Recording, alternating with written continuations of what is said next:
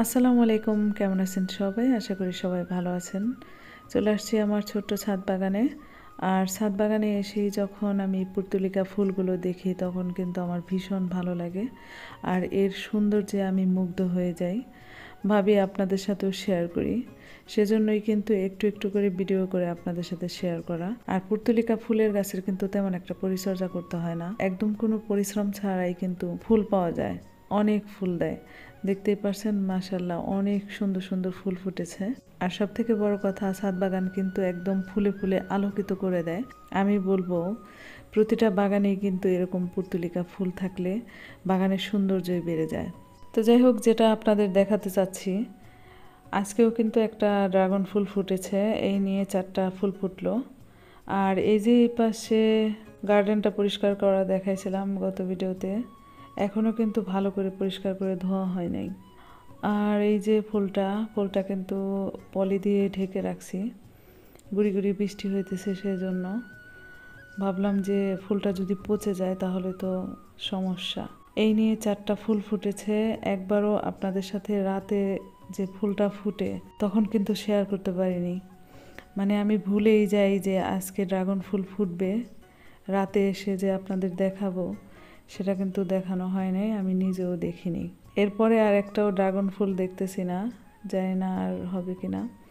আর এই পাশে দেখেন কলমি শাক, মাশাআল্লাহ অনেক কলমি শাক হয়েছে। আর দেখেন কোন পর্যন্ত চলে গেছে। আপনাদের যদি কলমি শাকের দরকার হয় তাহলে আমার বাসায় থেকে নিয়ে যেতে পারেন। আর আজকেও কিন্তু মেঘলা মেঘলা আকাশ, যেহেতু গুড়ি গুড়ি বৃষ্টি হচ্ছে, হয়তো আপনারা খেয়াল করতে পারছেন না।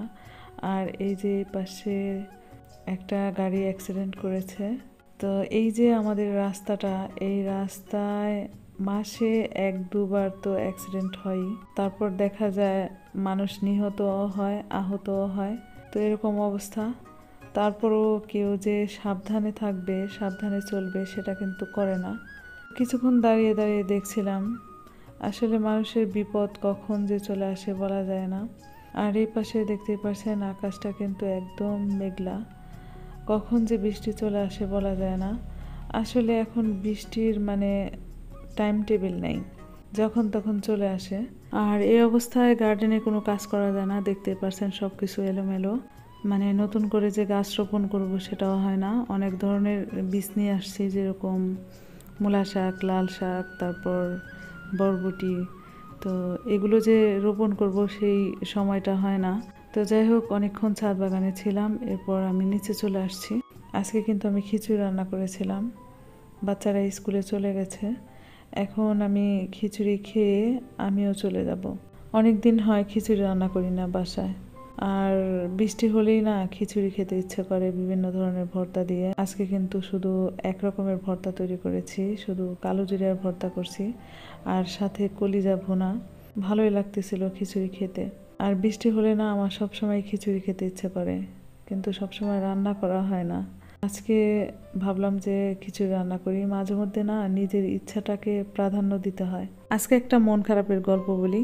অনেকদিন খুঁজতেছি নতুন কাজের লোক, আজকে কাজ করার কথা, কিন্তু আজকে আমি বাসায় থাকবো না।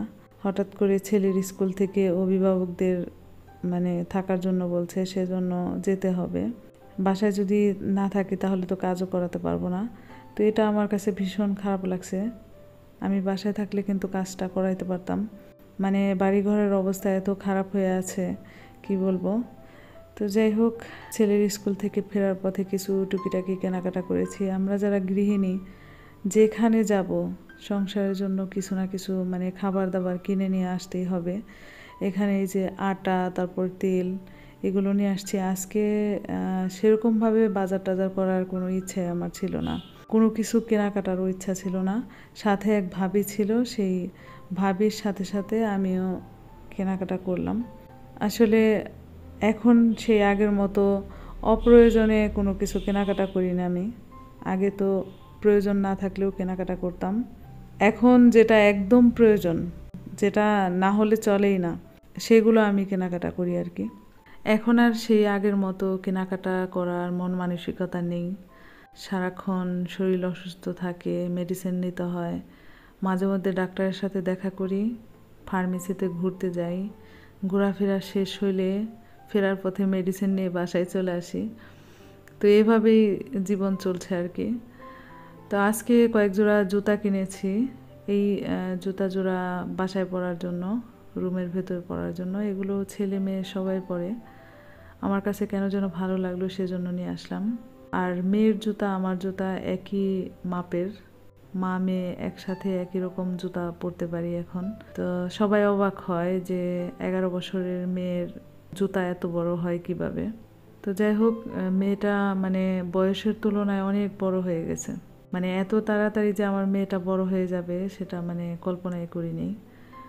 মেয়েরা মনে হয় একটু তাড়াতাড়ি বড় হয়, তাই না?